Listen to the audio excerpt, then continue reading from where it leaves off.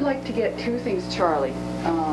One thing I'd like to get is, the history of the golf club, because there seems to be quite a gap in the knowledge of the building, especially that there was a fire. Oh, yes. Yeah, that yesterday I talked a little bit to Bernie Clarkson and said I was going to be interviewing you today.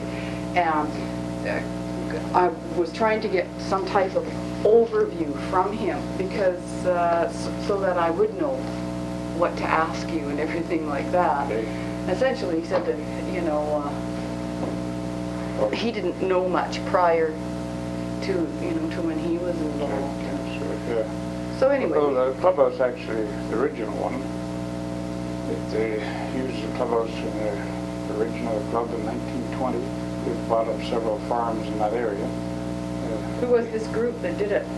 Well, Mr. Wragge, W.R. Wragge, a lawyer. Oh yeah, his name's really familiar. C.W. Appleyard, Appleyard Insurance in town. Appleyard. Pete Townsend, retired English remittance man, I guess they call it, lived on the North Shore. Jimmy Kerr lived up at Long Beach, another remittance man. All had played golf before and realized there was a need for a course in Nelson. So they started to buy up property in the area where the present clubhouse is. And that clubhouse, they revised it and added to it as a double-decker old farmhouse, tall and narrow and enormous windows, and living quarters upstairs. So they used the farm, one of the farmhouses they used as the clubhouse. The clubhouse up to the time of the fire. But they added to it, put a big brand on the front, eventually took that into the clubhouse. And I came back to Nelson in 1950, and they were just in the process of getting a liquor license. Up till then, there were no liquor licenses, just at the private clubs like that. So the old timers opposed it. They thought that everybody would be drunk and falling all over the golf course and everything else. The old system was you have a foursome, one guy would buy the bottle, and you'd all have a drink between nines, and that'd be it. The club supplied the glasses and the ice from upstairs and absorbed all the breakages. And you brought your own bottle? Brought your own bottle, each foursome. You drank it down in the men's locker room. No license involved. And of course, the club didn't make a nickel out of it.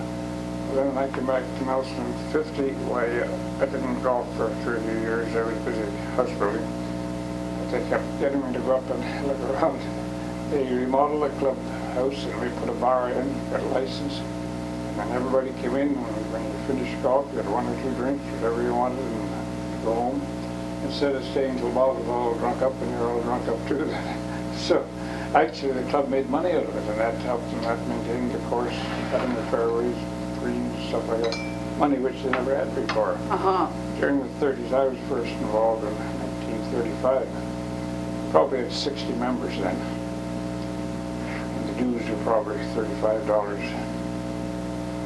Man, probably the 45 include his wife. About 1950, they had about 70 members.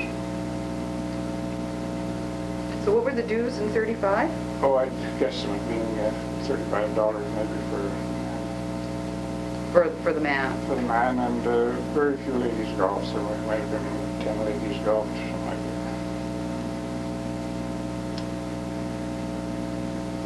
that. And so in the early 50s, why they were really looking for members, we used to run a golf clinic at junior high school here in town, the school board. What high school would that be? It's one right down the street here, Trafalgar. For teenagers? First, no, anybody. For anybody, so it was in the evening or on the weekends? Yes, but it's just members of the club that went down and voluntarily offered to show people which end of the club to hold and how to stand and things like that, hoping to get more members. And then you would get them a little bit interested and take them up to the golf course when the snow was gone, and they would golf for a week or so, and the weather got good, they took to the boat and spent the whole summer on the lake. And the lake was the biggest opposition that the golf club had here. So then the biggest thing that helped golf in every town was Arnold Palmer. When he started in the States, he was a caddy. His dad was a green skipper, I guess, of the course. and started to win tournaments, and everybody started to golf. So was he up in this area, or No. just everybody No. started? But it meant that everybody could golf then. It used to be quite exclusive. You had to be a professional man, a doctor, a lawyer, or chartered accountant, or something like that. So when would that time be when Arnold Palmer came up and started winning? 1955 to 60. 1955 to 60, and that's when golf. All over North America exploded. Because the Appleyard was primarily a man's game, the ladies golf very little. And a lot of clubs were exclusive, they wouldn't even let the ladies in. So I was in Scotland, the Royal and Ancient, 5 years ago, and on Sundays they wouldn't even let the ladies in the clubhouse. It's still exclusively men's game. I visited down to Ottawa as a kid when I was about 15, and they have a course there. The Royal. Ottawa, the Royal Ottawa, just outside of Ottawa, and the Senators, and the men wanted to golf. They had 18 holes laid out, and 9 holes within the men's course. The ladies played out. They weren't even allowed to play on the men's course. So the best thing that ever happened to this course was getting the ladies started. They set up a fee where it'd be $50, and for $10 more you could sign your wife up. So a lot of the guys would say, "Oh, sure hope my wife will take an interest in the game." Pretty soon we had the most active mixed club in the whole area, including Trail, Rossland. There wasn't a course in Castlegar. And became very active then, and from about 70 members. So you were saying the best thing to happen to the club was to include women. So up to some point women weren't, I'm not clear. Well, you just had the club was primarily doctors and dentists, professional men and lawyers. And then once Palmer got going in the States, like truck drivers and pipe fitters and plasterers and drywall men and carpenters, everybody golfed. Yeah. Now, up here they had 600 members last year, starting for 9-hole course ride, 150 is plenty. So that started golf to boom all over the States. Every course prospered. And the courses that went broke were the exclusive clubs. The one that had men's club in Spokane, we used to visit there.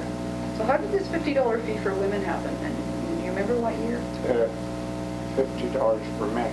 And then, I'd say mid-50s, 1955. Same time as Arnold Palmer, then, okay, 1955. I'm still unclear how it worked, because you did have a minority of women golfing right from the beginning. That's right. So was this part of like a membership drive, or what? It just happened all over North America. Oh, I see, as part of the Arnold Palmer phenomenon. That's right. Okay. Arnie's Army, we used to call it. Arnie's Headlines in the papers, Army. and he'd win a tournament going birdie, the last 3 or 4 holes and win the tournament.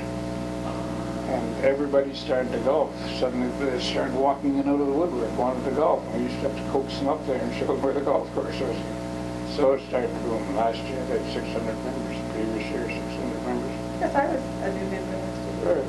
You see the number up there and how hard it is to get times.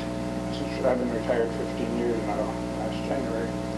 We belong to Castlegar as well as here, because we can get on the course there. Zilla walks 18 there, and no bother at all. Here we have a power cart, so it's a steep course to play on. So I was 76 last November, so I was 75, so most people that age can't walk this course. Yes. That's why we have a cart up here. Oh, that's an interesting point. I never thought of it. And you talk about a pro. Now, I was hired on here originally as a greenskeeper in 35, just to maintain the greens. Because a few of them knew what a putting green was all about. But all they owned up here was an ordinary lawnmower. Just cut the lawn like my lawn is here. One lawnmower. A lawnmower to cut the greens with.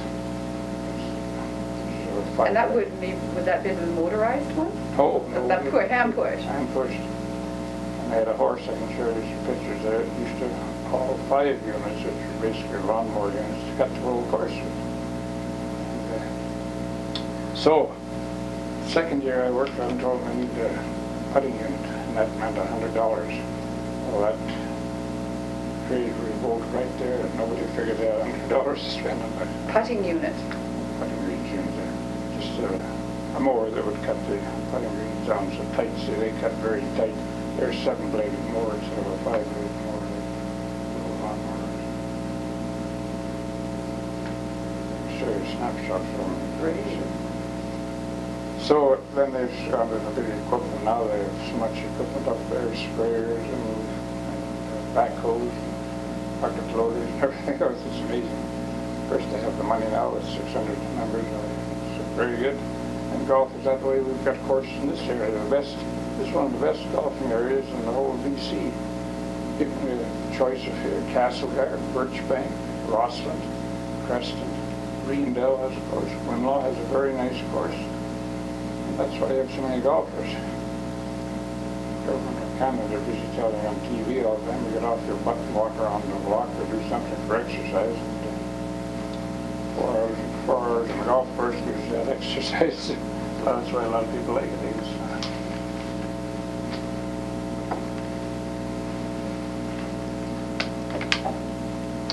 A little rundown here of how the club started and the dates and how the Depression hit it. And it was originally started as a private limited company. It still is. They're changing to a society now. So get themselves unable to get grants from the government as a society, which a limited company can't get. Other courses get help. Clarkson got a lot of help over a smaller course because they're a society, not a limited company. So now they're changing to society. Society. And when Mr. Barrett got in first, why he opposed the private courses, see at the coast, Marine Drive, and Capelline, all of you and I couldn't be walking through the gate without a member introducing us. So he said everybody had to be allowed to get in these golf courses, otherwise their taxes were going to skyrocket. So I wrote a letter in protesting at the time. But those courses got around it by just raising their green fees. That's a visitor, instead of paying $20 a day, they'd have to pay $50 a day to golf there. So that limited the number of visitors. So that's why I kept this clipping here.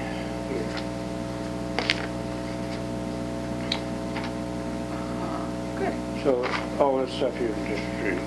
Some of them my own private clippings. That's when I retired. And the last meeting I attended. And this is a good article here on Eddie Clem. He was at Nelson Jr. and now with Rawson.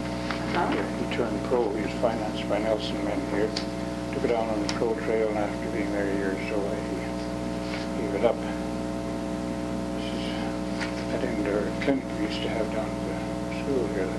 Is this you? That's me. 13 years old. Sherry, we know her now, of course. Parents very well. Great. This is one of the ones down at Trafalgar? Yes. No, Nelson Junior High, this one was. Well, that's the same school. It's the same, is it not? Junior high to go. So you can browse through these. Dr. Carpenter, there's a day at, you just browse through. Dr. Carpenter's a golfer. This is beautiful. Yeah, I golf a lot with him. Oh yeah, he's my doctor. Very good doctor. He's retiring, he says, but he's talking to him last night. He's going to work another month. Oh, so every time I get a doctor in Nelson, I lose him. So now he's retiring. Used to be that a commercial travelers tournament once a year, and this is the year it was held in Nelson, 1937. So there, in 1937, there's a commercial travelers tournament. What does that mean? Well, commercial travelers, there's probably 24 commercial travelers in Nelson, and they would be selling their product, whether it be hardware, grocery, winery, salmon, fruit trail, travel all week right in the area. So they'd put on a big tournament and Vancouver people up. But, so what years was that running? 1937 it was held here. Another year it'd be held at Cranbrook. Another year it'd be held Oh, I see. So it's a rotating, it's a BC rotational. The part made me so happy about getting this clipping out of the Vancouver paper is there isn't a burned spot on the whole golf course cared for by professional Charlie Blunt. And even those, the Sutherland's Point Grey greens would have to be in top trim to show these greens for turf and trueness. That's remarkable because there's so much rock underneath it. Oh yeah, You're always of course, fighting with the just a ladder. matter of fertilizer. So. Is it? Yeah. Oh. They didn't know anything about fertilizer, and I'd have one of the old presidents, Dr. Mackenzie. This was written up when I opened one of those indoor golf schools. So the fellow that wrote that up was Blake Allen. He's now a judge at the coast, but he was going to university then.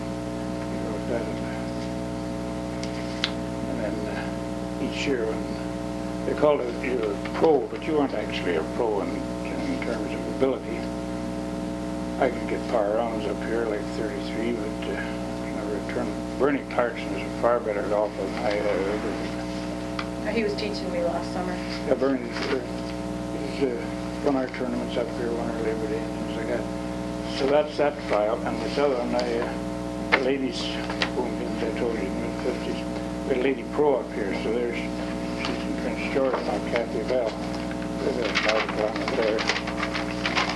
If you'd like to. I would. And then this is another article on her. First Canadian lady golf pro that took over the club. Pictures of Muriel. So she's Canada's first woman pro, and she's hired by, Nelson Golf Club, 1972. So you can browse through these. And here's the various. I never won any tournaments. I win few tournaments to play in now. But, You win tournaments now? yeah, but we just have these fun tournaments. There's Zilla. Zilla won nearly every ladies tournament up here, So she was quite a good golfer then, yes, eh? basically here she's winning. She hasn't golfed much for 10 years because she got a sunstroke and has got to play in the shade now or can't play with the right. This is off the record. Don't quote this. Don't quote what? But you know, he turned out 4 good lady golfers, but I wasn't a good pupil. You were? No. Why? Particularly. Well, I played around maybe the top 5 or 6 for when I played quite a bit the last 10 years. But don't quote this. But he turned out more.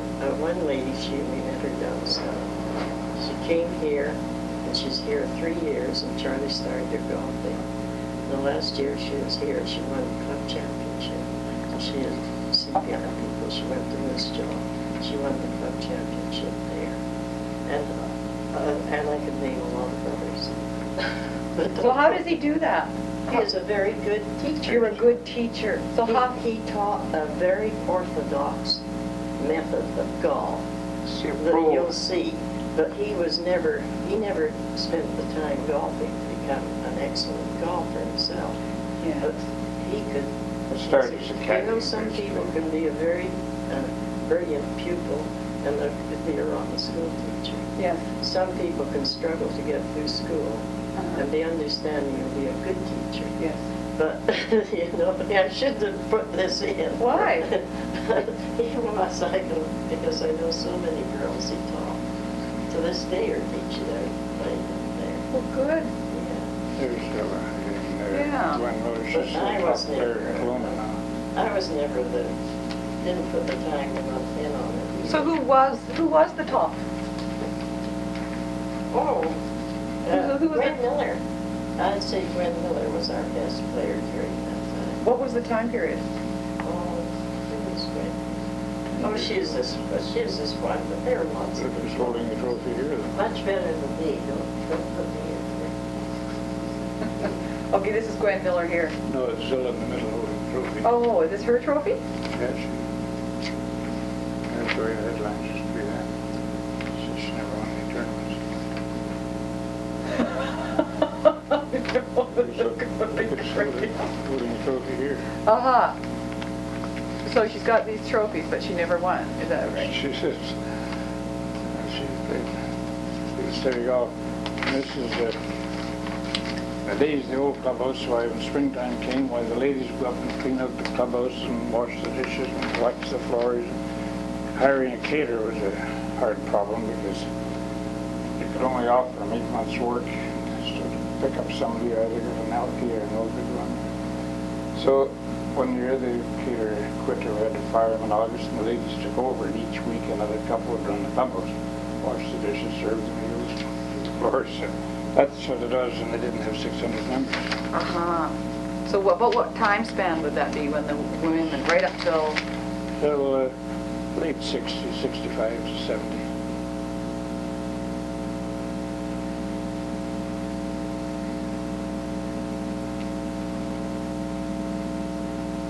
That's another. In 1970, they thought we were getting pretty old. We're going to quit golfing pretty soon, so they held a gathering for us and gave us a silver platter that's on the wall there. These people that are there. 1970 here, 1988, we're still walking.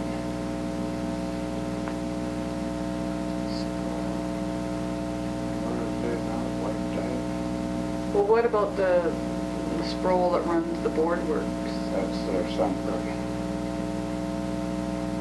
His dad was top engineer for the highways.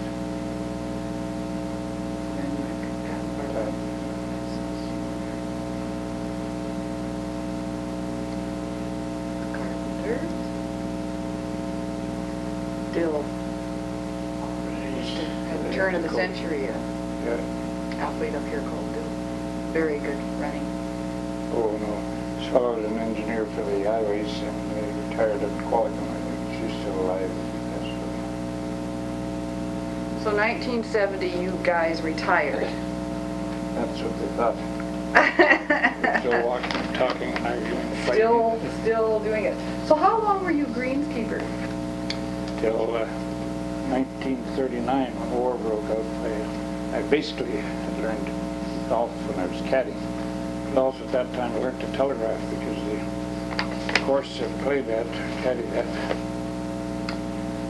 CN had a small station near there. In those days, 1925, 30, the telegraph was a pretty exciting job to think you could work more. So Oh, I right. learned how to telegraph.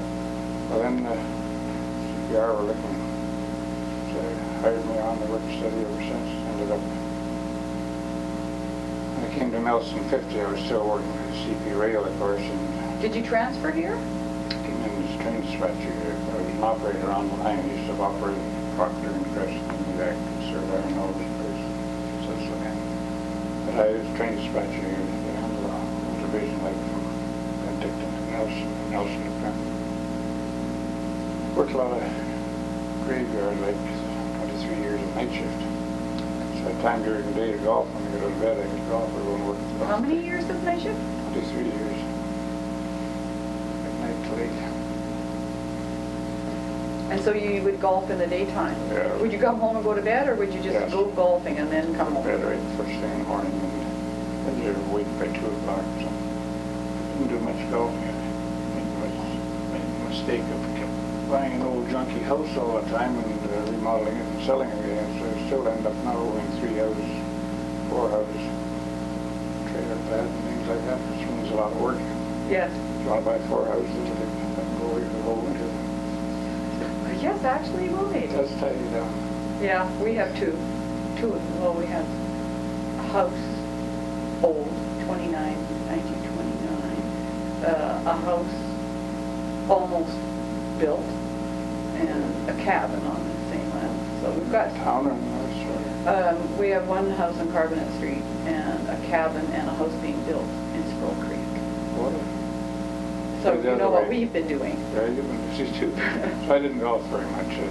So what time period were you remodeling and where golf was restricted? Bought this house unfinished in 1950. Just had a bathroom, bedroom, and a kitchen. And this was finished. I laid all these hardwood floors myself. So I'm having just a little bit of trouble. When did you come to Nelson, Charlie?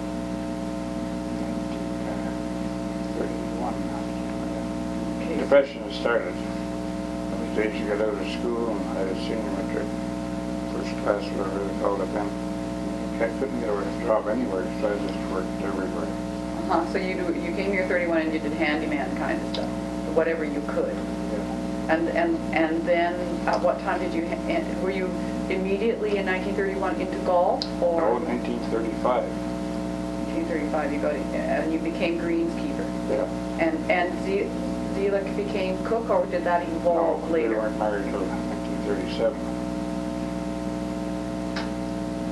And then Zila became We got greenskeeper? married 2 weeks later. She was head cook at the golf course. We lived there.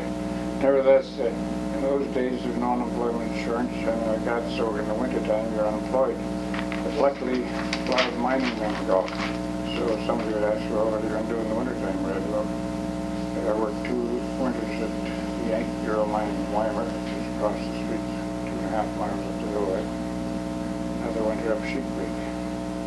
So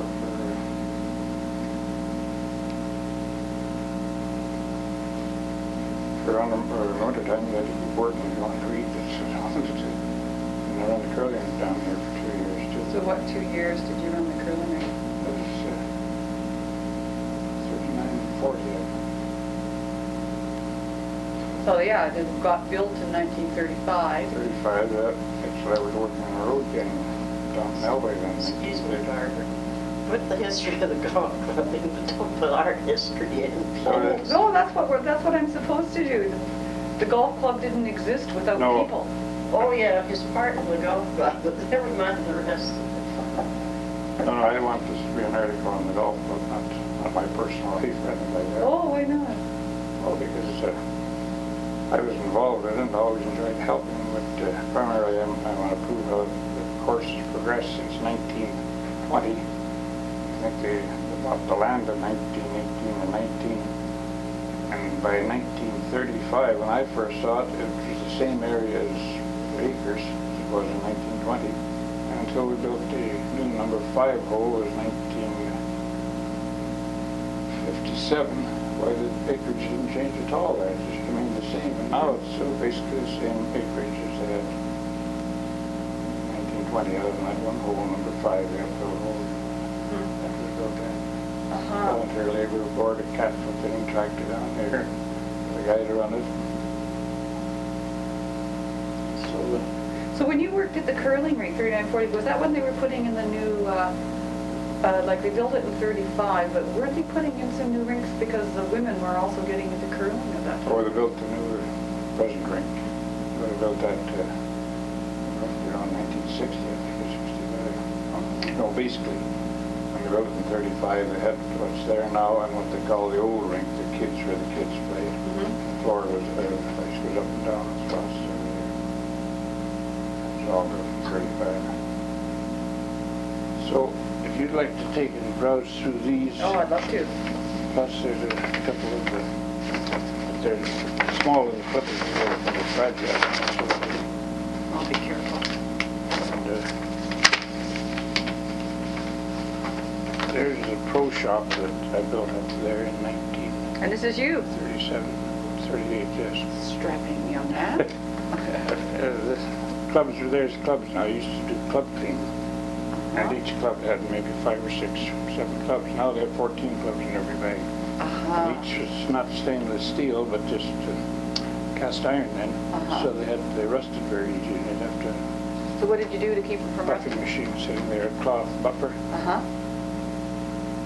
So they eventually, during the 50s, they abandoned that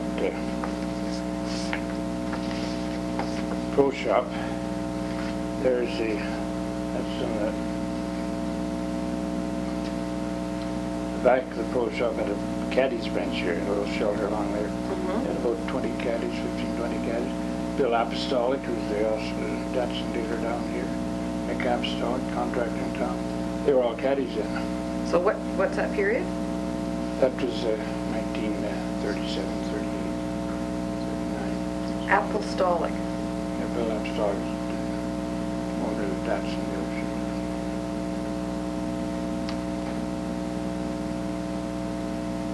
So eventually moved to the old pro shop, and there it is there. And they added on, made a tool shed out of it, which lasted quite a few years there. Is this still standing?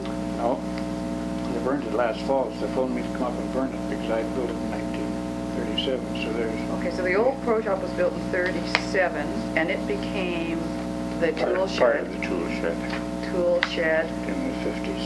in the 50s and burned last year. fall. So there you are lighting the match, eh? Sam shoveled it from a few. Larry Hendrickson came up and said, you should be the one to light the fire, so I lit the fire. So this is, what green is this here? That's the third. Third, yeah, that's the long one with the rock on the right. Yeah, now I've got a new tool shed there up between the first. So that's all of those in there.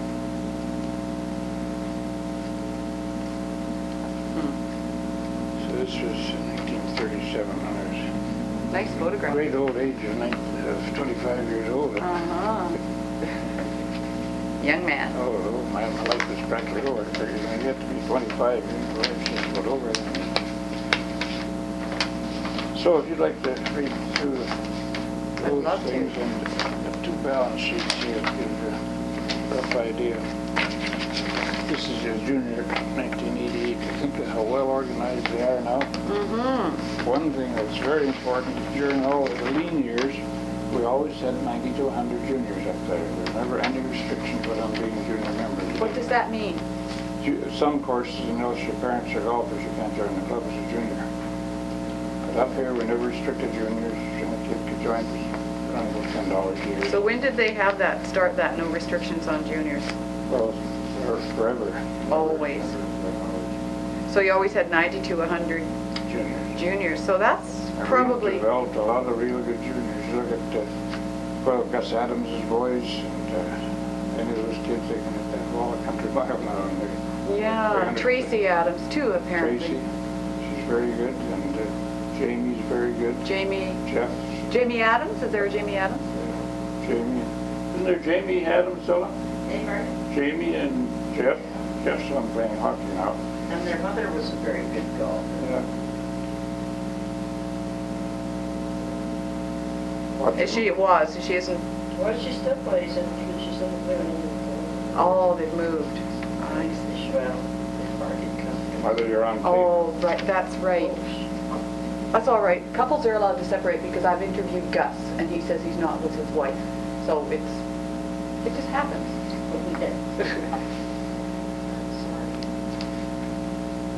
And here's how the Oh, finance this is is doing. kind of interesting. So this gives a complete year's listing of events and organizations and And who work in plans. the committees, takes a lot of work. Committees, yeah.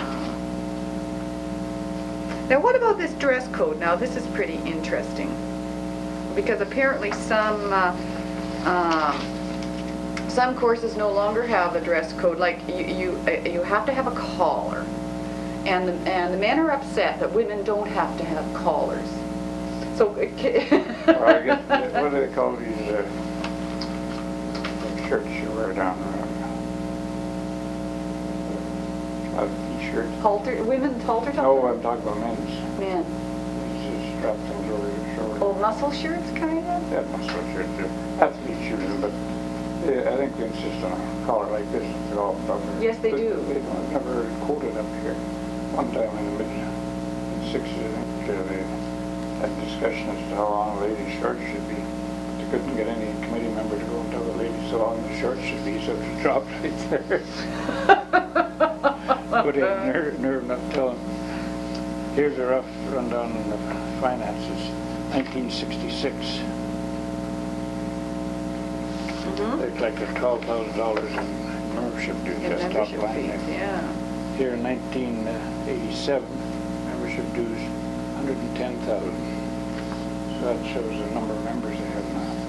Mm-hmm, quite an increase. So you can take those and browse through them if you want to. Sure, excellent. And as long as you put them back in. Oh, yeah, well, protect them very, very, very carefully. Make sure that they don't. Most people don't even, realize what's going on and how tight they were for money. Of course, during the war, they owned a piece of land down from that East structure down towards the vocational school. And they're saying now, well, they should buy that, well, they owned it. And I left town in 39 or 40. Back in 1950, they sold that strip. I guess they needed the money. They were that hard up for it. Now they're buying it back, apparently. Yes, it's for sale. The place where a Quonset had it. That's what that is for sale. Present driving range, we bought that about early 70s, I guess, 6 acres there. That's where the driving range is. Now that was a farm. So that's the only piece they acquired during, I was secretary for 18 years there, I guess. 18 years. That's the only piece of land they acquired in that time. And they sold that other strip off. Yeah, it went So up. the new clubhouse, the old one burnt in '63, just before the wind-up tournament at the end of the year. Of the old Ang-Syne tournament, everybody made a casserole, took it up there, cooked it long since quit. 63 was the burning, like. November, yeah, October '63. Started the clubhouse in '64. How did it burn? They figured to affect the wiring beside a fireplace. A fireplace had been added to or built into the place. Actually, a good fireplace, steel lined and everything. Put a short in the wiring. So $9,000 insurance out of it. They got $15,000, but they had a $6,000 mortgage at that time, which they paid off. So they started to build the present clubhouse with $9,000 in capital, and the rest they baked or board or stove. And So the new clubhouse was started 1964. 1964 on $9,000 That's all it had. plus whatever they could scrape. Backboard or steel. Plus whatever. So the doctor during those years, the show worked hard, you know, that your chairman of the group, you had to get out. And, house chairman that year. And they had the kitchen finished, but... You were chairman last year? After No, you- we had a house chairman in 1964. Oh. Jim Geddes actually, we met him in Gulfville in Arizona this year. And he was house chairman, and they said, well, Jim, the kitchen's all ready now, but we need some crockery, cups, saucers. Well, he said, I hear the restaurant went broke in Yak. I'll drive over there and see what they've got for sale. So bought a couple of mixers, you know, milkshake mixers and coffee pots, crockery and stuff. And he paid for himself, and eventually later in the year, I think he finally got paid back for paying his own money out to buy the first crockery. That's how tight they were from any others. So that'd be about that'd be 65. 64, yeah, 65. And who was that did that? Jim Geddes, Geddes. Yeah, that's a familiar sounding name too. Son's a doctor in Fern now, actually. Yeah.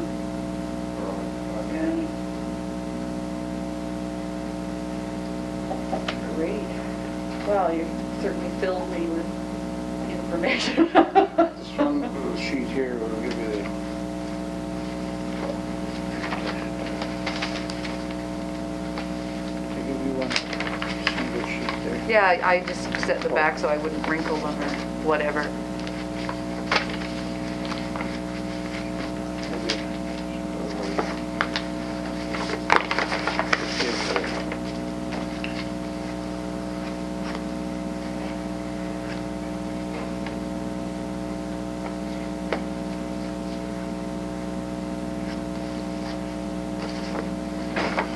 Find the type of the sheet just to the side of your letter there. And what's on it? Let's see, when the club started. The history of the club? No, when it was first...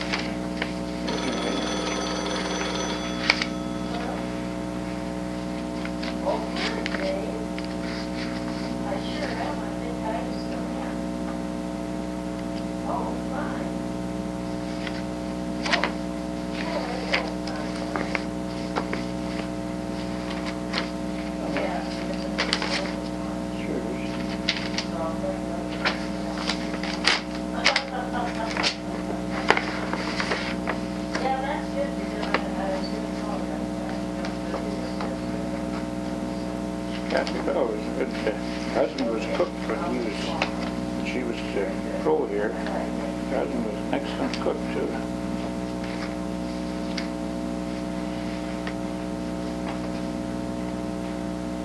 Typewritten sheet. Yeah, but this looks like Right there, club it's in minutes, there. that one that I can see there. Oh, there's it. That's basically one down. E.C. Wragge really worked hard in Nelson to get sports happening. I mean, Yes, his that- name's on you bump into it in a lot of places. That's right, he bought the first shares. The share books are going to be abandoned now, I guess. I'm sure this shareholders are soon upstairs there. And he bought the first 2 or 3 shares, and then Appleyard bought Appleyard 9 years later. But you think? So he bought the first shares. $150 is worth in 1921 and 22, and to sell that many shares on Baker Street at that time, it was a good selling job. Yeah, $2,150 would be overselling, worth over 1,000 right Oh, now, yeah. maybe even more. $1,500 to $2,000 Yeah. each person to sell that many, but it was only capitalized for 200 shares at $150 a piece. So that limited us when we rebuilt the clubhouse. We only borrowed $23,000. We shares has gone out of $30,000. Limited company was capitalized. So we were held down to selling debentures. So the debentures in. I don't know what debentures are as opposed to shares. There's a copy one up there. It's a share. You're a shareholder and you own 1/200 part of the property up there. The debentures is something like a note. Oh, that you can cash in and call? It's specified, I can show you one. Specified when it's going to be paid off. But we thought the 10-year, we thought the 15-year ones, which were self-amortizing, would be the popular ones. There's so many thousand at 10 years and the balance 15 years. 10-year ones are the most popular. They got paid annually with their interest. Each year, 6%, I think, was the interest rate. And the 15-year ones, by the time you got the end of 15 years, you had nothing but a thank you. You got your interest each year, and then you paid off each year. The payment you got each year, and you paid off. Took a lot of figuring out.